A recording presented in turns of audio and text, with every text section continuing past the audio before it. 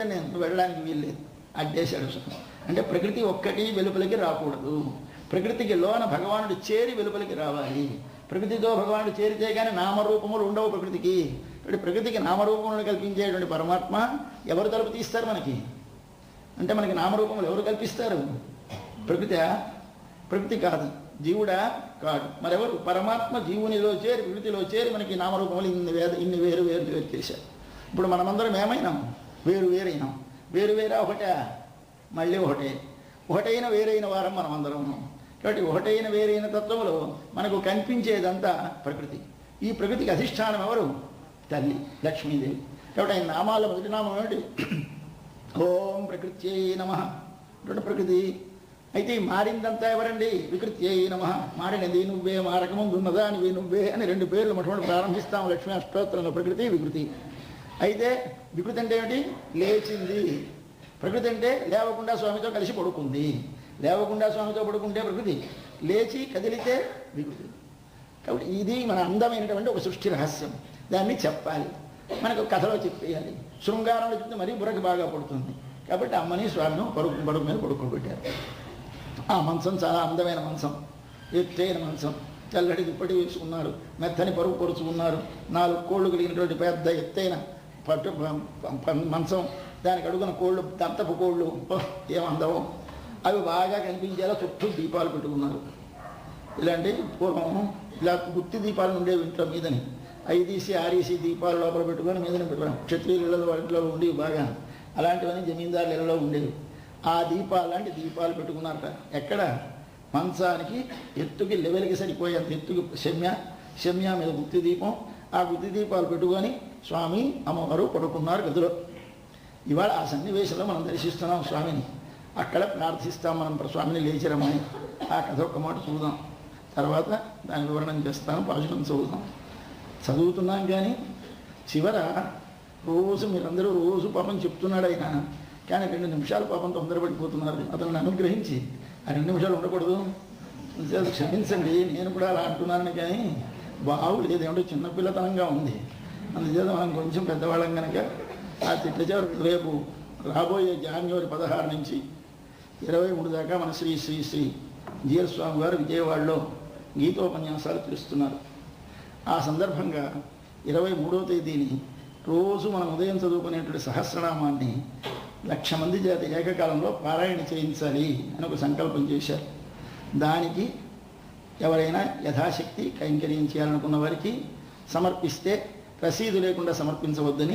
తెన్మేలేరి కొత్తల పూంకుషల్ నప్పిన్న కొంగమే వైత్తు కిడంద Malar మార్వాయ్ తిరవాయ్ my தடங்கண்ணினாய் நீ உன் மணாளனை எத்தனை போதும் துயிலெழ ஒட்டாய்கான் எத்தனை ஏலும் பிரிவாத்தகில்லாயால் தத்துவமன்று తగవేలో రెంబావాయ్. కుత్తు విళక్కెరియ. కుత్తు అంటే గుత్తి. మనం తెలుగులో గుత్తి అంటాం, ద్రావిడ భాషలో కుత్తు అంటారు. కానీ గాగానే పలుకుతారు. కుత్తు విళక్కు అంటే గుత్తి దీపము. అంటే 5 దీపాలు ఉంటాయి, 5 ఉంటాయి. ఈ 5 పక్కలా వెలిగించిన 5 దీపాలు కలిపి ఒక మాట వెలుగుతుంటే గుత్తిలా కనిపిస్తాయి కనుక గుత్తి దీపము. దీపము ఏరియా ప్రజ్వలిస్తుంది. దీపం ప్రజ్వలిస్తుందండి అని అర్థం తర్వాత తెలుసుకుందాం. దీపం ప్రకాశిస్తుంది. ఏమిటి మాటకు అర్థం? దీపం అంటే ప్రకాశించి తీరాలి, ప్రకాశించకపోతే దీపం కాదు, వట్టి అన్నమాట. కాబట్టి లెక్కు ఏరియా ప్రజ్వలిస్తుండగా కోట్టుకాల్. కోడు అంటే దంతం. కోట్టుకాల్ దంతపు కోళ్ళు కలిగినటువంటి కట్టిల్ మేల్. కట్టి అంటే మంచం, మేల్ అంటే పైన. కట్టిల్ మేల్ పడుకున్నారట. ఎలా పడుకున్నారు? దాని మీద ఏమిటి అంటే కట్టిల్ మేల్ మెత్తెన్ర పంచశయనత్తిన్మేల్. మెత్తెన్ర మెత్తనైన పంచశయనత్తిన్మేల్. పంచశయనం అంటే 5 గుణములు కలిగినటువంటి పాన్పు. దీపాలు ఉంటాయి, 5 ఉంటాయి. ఈ 5 పక్కలా వెలిగించిన 5 దీపాలు కలిపి ఒక మాట వెలుగుతుంటే గుత్తిలా కనిపిస్తాయి కనుక గుత్తి దీపం. దీపము ఏరియా ప్రజ్వలిస్తుంది. దీపం ప్రజ్వలిస్తుందండి అని అర్థం తర్వాత తెలుసుకుందాం. దీపం ప్రకాశిస్తుంది. ఏమిటి మాటకు అర్థం? దీపం అంటే ప్రకాశించి తీరాలి, ప్రకాశించకపోతే దీపం కాదు, వట్టి అన్నమాట. లెక్కు ఏరియా ప్రజ్వలిస్తుండగా కోట్టుకాల్. కోడు అంటే దంతం. కోట్టుకాల్ దంతపు కోళ్ళు కలిగినటువంటి కట్టిల్ మేల్, కట్టి అంటే మంచం, మేల్ అంటే పైన, కట్టిల్ మేల్ పడుకున్నారట. ఎలా పడుకున్నారు? దాని మీద ఏమిటి అంటే కట్టిల్ మేల్ మెత్తెన్ర పంచశయనత్తిన్ మేల్, మెత్తెన్ర మెత్తనైన, పంచశయనత్తిన్ మేల్, పంచశయనం, పంచశయనం అంటే 5 గుణములు కలిగినటువంటి పాన్పు. పాన్పు అంటే 5 గుణాలు ఉండాలిట. శీతకాలంలో వెచ్చగా ఉండాలి, వేసవి కాలంలో చల్లగా ఉండాలి. మనం కొన్ని పరుపులు ఉంటాయి, ఇంట్లో వేస్తూ ఉంటాం ఫోము, ఈ వేసవికాలంలో వేసుకోలేము, కిందన పడుకుంటాం, ఎందుచేత దినం పడుకుంటే వేడెక్కిపోతుంది. ఇప్పుడు మంచి బాగుంటాయి, వెచ్చగా ఉంటాయి. కాబట్టి అలా కాకుండా వేసవి కాలంలో చల్లగా, శీతకాలంలో వెచ్చగా ఉండాలిట పరుపు. రెండవ లక్షణం ఏముండాలి? విశాలంగా ఉండాలట. మనకి ట్రైన్లో బర్త్లాగు ఇటు తొలితే పడిపోతాం, అటు తొలితే పడిపోతాం అంటే బాగుండదు. కాబట్టి సమంగా విశాలంగా ఉండాలి. రెండవది వైశాల్యం. మూడవది ఏముండాలి? మెత్తగా ఉండాలి, మార్దవం ఉండాలి. నాలుగవ లక్షణం ఏముండాలి? పరిమళం, ఒక సువాసన పాంపుకు ఉండాలి. ఈ లక్షణాలు ఉండాలి. తరువాత దానికి మొట్టమొదటిది శైత్యము, తర్వాతది మార్దవము, తర్వాత వైశాల్యము, తర్వాత వైశాల్యము, తర్వాత పరిమళము, పరిమళము తర్వాత దానికి చక్కనైనటువంటి ఒక తెల్లటి బట్ట వేసి చూసేసరికి మనసును ఆకర్షించేటువంటి లక్షణం ఉండాలి. ఇవి ఉంటే పాంపు బాగుంటుందని 5 లక్షణాలు ఉంటాయి కదా, దాని పేరు పంచశయనం అని పేరు పెట్టారు. కాదు, అది పంచ కాదు, పంచు అన్నారు కొందరు. పంచు అంటే పత్తి, అంటే దూది పరుపు అని అర్థం అనమాట. పంచశయనం అంటే దూది పరుపు మీద, అంటే గుడ్డలతో కూడిన పొంతల పరుపు కాదు అని అర్థం. కాబట్టి పంచశయనత్తిన్ మీద అర్థం. కానీ అది అర్థం కాదు. మన పెద్దలు 5 లక్షణములు కలిగిన పరుపునే అర్థం చెప్తారు. అటువంటి పరుపు మీద ఏరి ఎక్కి పడుకున్నారట. మంచం మీద ఎక్కడం అంటే ఎత్తుందని అర్థం కాదు, ఎక్కేరు అంటే ఎత్తు మీది అన్నమాట. కాబట్టి ఎత్తు మీద ఉందా మంచం. మేరేరి, ఇంకా స్వామి అమ్మవారు కనిపిస్తోంది, ఆ ప్రక్కన కృష్ణ భగవానుడు కనిపిస్తున్నాడు. ఇద్దరు దగ్గరగా గాఢాలింగనం చూసుకుని పడుకొని ఉన్నారు. కొత్తలర్ పూంగుజల్, ఆ తల్లి తలలో మంచి కొత్తు అంటే గుత్తులు, అలర్ అంటే గుత్తులు గుత్తులుగా వికసించినటువంటి పువ్వుల గుత్తి పెట్టుకుంది తలలో. ఆమె పువ్వులు అలంకరించుకుంటారు. కొత్తలర్ పువ్వులు ధరించినటువంటి, కుజల్ అంటే కేశములు, ఆ కుజల్ కేశములు కలిగినటువంటి కొత్తలర్ పూంగుజల్ నప్పిన్నై, ఆవిడ పేరు నప్పిన్నై అంటే నీలాదేవి. ఆవిడ కొంగై మేల్, ఆ వక్షస్థలం మీద ఇలా చేయి పెట్టుకో పడుకున్నాడు. కొంగై మేల్ వైత్తు కిడంద, ఆనుకొని పడి ఉన్న, పడుకొని ఉన్నా. ఏమిటి ఆడుకుని పడుకున్నాడు? ఈమె ఇప్పుడు దీనివల్ల మనకు అర్థమైందిట. ఆవిడ లేవబోతూ ఉంటే లేవద్దని తన అదిమి పట్టాడు అని అర్థం అంట. అయితే ఆవిడ లేవబోతూ ఉంటే అదిమి పడ్డానికి ఏమిటండి కారణం అంటే, ఆమె తలలో దాల్చినటువంటి ఆ పువ్వుల పరిమళము స్వామిని ఒకసారి మోహపరిచి ఈమె వెళితే ఎలా బ్రతుకుతాను అనిపించిందిట. అందుచేత వాటిలో కలిగినటువంటి ఆ వికాసముతో కూడిన పరిమళము, ఆ పరిమళముకు వ్యామోహము కలిగి నువ్వు లేవద్దు అంటున్నట్టు. అంతేగాని వీళ్ళకి తలుపు తీయద్దని కాదు. కొత్తల పూంగుజలన పిన్న కొంగమేల్ బైత్తు కిడందా, తనను చేర్చి పడున్నటువంటి మలర్మార్ఫ, ఆమె వక్షస్థలమును తాను దగ్గరగా చేరేసరికి ఏమైంది? ఈయన గుండెలు విశాలమైపోయినాయిట. అంటే హృదయం విశాలమైంది. హృదయం విశాలమైందంటే ఉదారమైంది. అందరినీ రక్షించాలనే బుద్ధి కలగాలి అంటే అమ్మవారి వక్షస్థల స్పర్శ కలగాలి. అమ్మవారి వక్షస్థల స్పర్శ కలిగితే స్వామి హృదయం విశాలమవుతుంది, మనకు రక్షణ కలుగుతుంది. కాబట్టి వారిద్దరి యొక్క ఆలింగనము మనకి రక్షకము, వారిద్దరి యొక్క పరస్పర అన్యోన్య ప్రేమ మనకు రక్షకము. అది లేకపోతే మనల్ని రక్షించే దిక్కు లేదు. అందుచేత వారిద్దరి యొక్క ఆ ప్రేమను, గాఢానురాగాన్ని వర్ణిస్తారు ఎక్కడ చూసినా. అంచేత వైత్తొక్కిడంద మలర్ మార్ఫ, మలర్ అంటే వికసించినటువంటి, మార్పు అంటే హృదయం, వక్షస్థలం గలవాడా స్వామిని పిలిచాం. అలా పడుకున్నటువంటి స్వామి వాయి తెరవాయ్, నువ్వు గాఢాలింగనం వదలక్కర్లేదు, నువ్వేమీ లేచి రావక్కర్లేదు, నోరు తెరవయ్యా, ఒక మాట పలుకు. ఏం మాట పలకాలి? వస్తున్నా, లోపల నుంచి లేచి రావాలి. మనకి తలకు ఎంతసేపు పలుకున్నా పలకకుండా ఉండకుండా లోపల నుంచి అంటే మనకి ధైర్యం, వస్తాడు, వెళ్ళకపోతే 2 నిమిషానికైనా వస్తాడు. కాబట్టి కృష్ణ భగవానుడు అర్జునుని ఓదార్చడానికి ఏమిటి చేశాడు? మాటే ఇచ్చాడు. ఏమిటి మాట ఇచ్చాడు? మా శుచ అన్నాడు. భగవద్గీత అంతా అయిపోయిన తర్వాత ఆఖరి శ్లోకంలో ఏమిటంటాడు? సర్వధర్మాన్ పరిత్యజ్య మాం ఏకం శరణం వ్రజ అహం త్వా సర్వపాపేభ్య మోక్షయిష్యామి మా శుచ, ఎడవకయా అన్నాడు. అమ్మయ్య, ధైర్యపడిపోయినాడు మనవాడు. కాబట్టి మనం కూడా అలాగే ఏమిటి వినాలి? స్వామి మాట వినాలి. ఏ మాట వినాలి? మా శుచ అనే మాట వినాలి. కాబట్టి స్వామి ఒక మాట పలకవయ్యా, మా శుచ అన్న లాంటి మాట, ఒక్క మాట మాకు ధైర్యాన్ని కలిగించు అని వాయి తెరవాయ్. ఇందాక ఆయన వద్దని అడ్డాడు, ఇప్పుడు దానికి బదిలీగా మన అమ్మ అడ్డుతుంది, నువ్వు వెళ్ళొద్దన్నది. తింటే అదేమిటిది అంటే, ఆయన ఎప్పుడైతే తన వక్షస్థలముతో ఆయన వక్షస్థలాన్ని స్పృశించాడో స్పృశించేసరికి ఈవిడికి పారవస్యం వచ్చింది. ఇందాక ఈమె మంచి సుగంధిలమైనటువంటి కేశభాషములతో కూడినటువంటి విశాలమైన ఉన్నతమైనటువంటి వక్షస్థల స్పర్శ కలిగేసరికి ఆయన లేవద్దన్నాడు. ఇప్పుడు ఆయన ఒక్కసారి ఇలా పడుకుంటే ఆయన నేత్ర సౌందర్యాన్ని ముఖ సౌందర్యాన్ని దర్శించేసరికి అమ్మకి లేవద్దనిపించింది. పడుకోబడుతాలే తీస్తాను తలుపు తీద్దాం తొందరగా ఇంకా పిల్లలు వచ్చారులే తీద్దాం ఉంటుందట మన తల్లి అంటే అప్పుడు చూశారు ఆవిడ కళ్ళు అంతేసి కళ్ళు చూసి ఆవిడ నోటితోటి చేతితోటి వద్దలేదు కళ్ళతోటి వారిస్తోందిట. ఆ కళ్ళు ఎలాగున్నాయి చూడండి ఒక్కసారి. మై తడం కಣ್ಣಿనాయ్ మై కాటుకవలే తడం విశాల నల్లనైన తడం విశాలమైన కಣ್ಣಿనాయ్ కళ్ళు కలుగుట. స్త్రీ నేత్రాలకు అందమేమిటి? నేత్ర సౌందర్యం లేకపోతే స్త్రీ ఎవరికి రుచించదు. నేత్ర సౌందర్యమే స్త్రీకి సౌందర్యము. నేత్ర సౌందర్యం ఎలాగుండాలి? నల్లగా గుడ్డు ఉండాలిట, విశాలం ఉండాలిట. మై తడం, మై అంటే నలుపు, తడం అంటే వైశాల్యం. కాబట్టి దీనికి మనకి శ్రీరామాయణంలో సుందరకాండలో మీరు ఒక్కసారి కానీ సీతమ్మతల్లిని చూస్తే ఈ రూపం కనిపిస్తుంది. ఆ సీతమ్మతల్లిని వర్ణిస్తూ వాల్మీకి అంటాడు, ఆమె అసితేక్షణ విశాలాక్షి అంటాడు. అసితేక్షణ, అసిత అంటే నల్లని చూపులు కలిగిన మన సీతమ్మ. విశాలాక్షి విశాలమైన నేత్రములు కలుగుట. ఆ రెండూ కలిపారు ఇక్కడ నాండాళ్ళ తల్లి. మై తడం కణినాయ్, మై నల్లని, తడం విశాలమైన, కణినాయ్ నేత్రములు కలిగినటువంటి తల్లి నీలాదేవి. నువ్వు ఉన్ మణాళనై నీ ప్రియుణ్ణి నీ వల్లభుణ్ణి ఎత్తన పోదుం తుయ్యలగొట్టాయి ఎంతసేపు లేవకుండా అడ్డగిస్తావు. తుయ్యలేజ నిద్ర నుంచి లేవకుండా నువ్వు అలా వారిస్తుంటే లేవగలడా? నీ శాసనాన్ని అతిక్రమించలేడు. కాబట్టి నీ శాసనాన్ని అతిక్రమించడం నువ్వేమిటి? ఇలా కళ్ళు మా వైపు తిప్పు, అటువైపు చూస్తావేమిటి? అటువైపు చూస్తే నీ కళ్ళు చూస్తే ఆయన లేవడు. కాబట్టి అమ్మా ఒకసారి నీ చల్లని విశాలమైన ఉదారమైన చూపులను మా వైపు ప్రసరింపచేయి తల్లి. మై తడంగణినాయ్ నీ ఉన్మణాళనై ఎత్తన పోదుం ఎంతసేపు తుయ్యలెచొట్టాయ్ లేవకుండా అడ్డగిస్తావు. ఎత్తన ఏలుం పిరివార్తహిల్లాయాల్. అయితే న్యాయమా? అంత ప్రేమగల సుందరుడైన మనోహరుడైన ప్రియులు, అంత ప్రేమ కలిగినటువంటి భార్యలు కలిసి పడుకుంటే లేలే అనొచ్చండి, తప్పు కాదు అంటే అమ్మ నిజమే, నువ్వు లేవడం మంచిది కాదు, స్వామిని నువ్వు వదలడం మంచిది కాదు, స్వామికి మనసు ఖేదం కలిగించడం మాకు ఇష్టం లేదు, కానీ పోనీ లేవద్దు. కానీ ఎత్తన పోదు ఎంతసేపు, ఎత్తన ఏలు ఏమాత్రము అంటే స్వామి వైపు చూస్తున్న చూపు మా వైపు తిప్పకూడదా? ఒకసారి స్వామి అలింగనం నుండి ఒకసారి మా వైపు తిరగకూడదా? అనకూడదా? అటుండి తిరగకూడదా?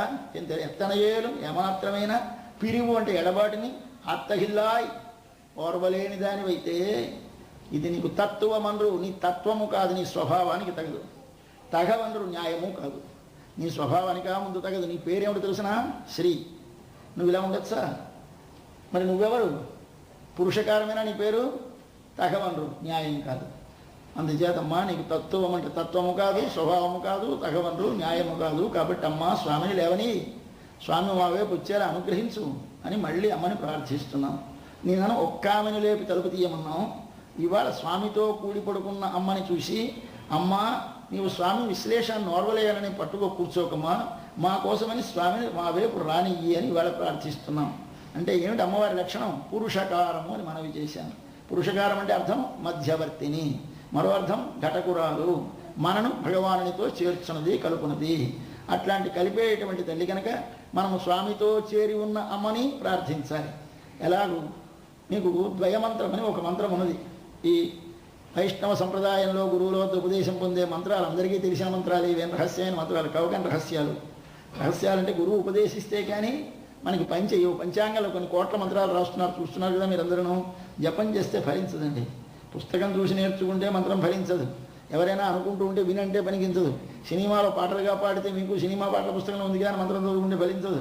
మరి ఏమిటి చేయాలి? ఒక మహాపురుషుడు, సిద్ధి పొందిన ఒక మహాపురుషుడి దగ్గర వారి సమాశ్రయం చేసి దాన్ని ఉపదేశం పొంది నీకు ఇది ఫలించుగాక అని వారు మనస్సులో సంకల్పిస్తే వారి అభయహస్తం ద్వారా మన యందు ప్రసరించి మనకు ఆ మంత్రం జపిస్తే మనకు ఆ సిద్ధి కలుగుతుంది అని పెద్దల నిర్ణయం.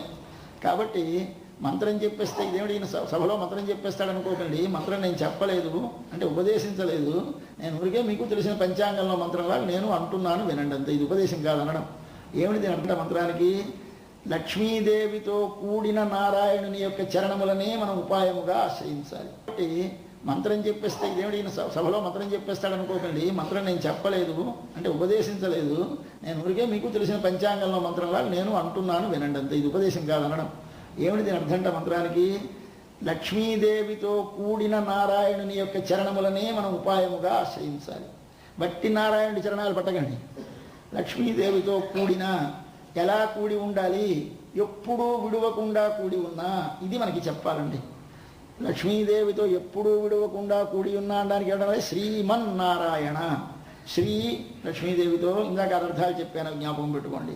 మత్ అంటే విడువకుండా కలిసి ఉన్న నారాయణ, నారాయణ యొక్క చరణం పాదములను శరణం ఉపాయముగా ప్రపద్యే దృఢముగా మనసులో నమ్మి ఉన్నాను అని లోపల గట్టిగా నమ్మకం కలగాలి.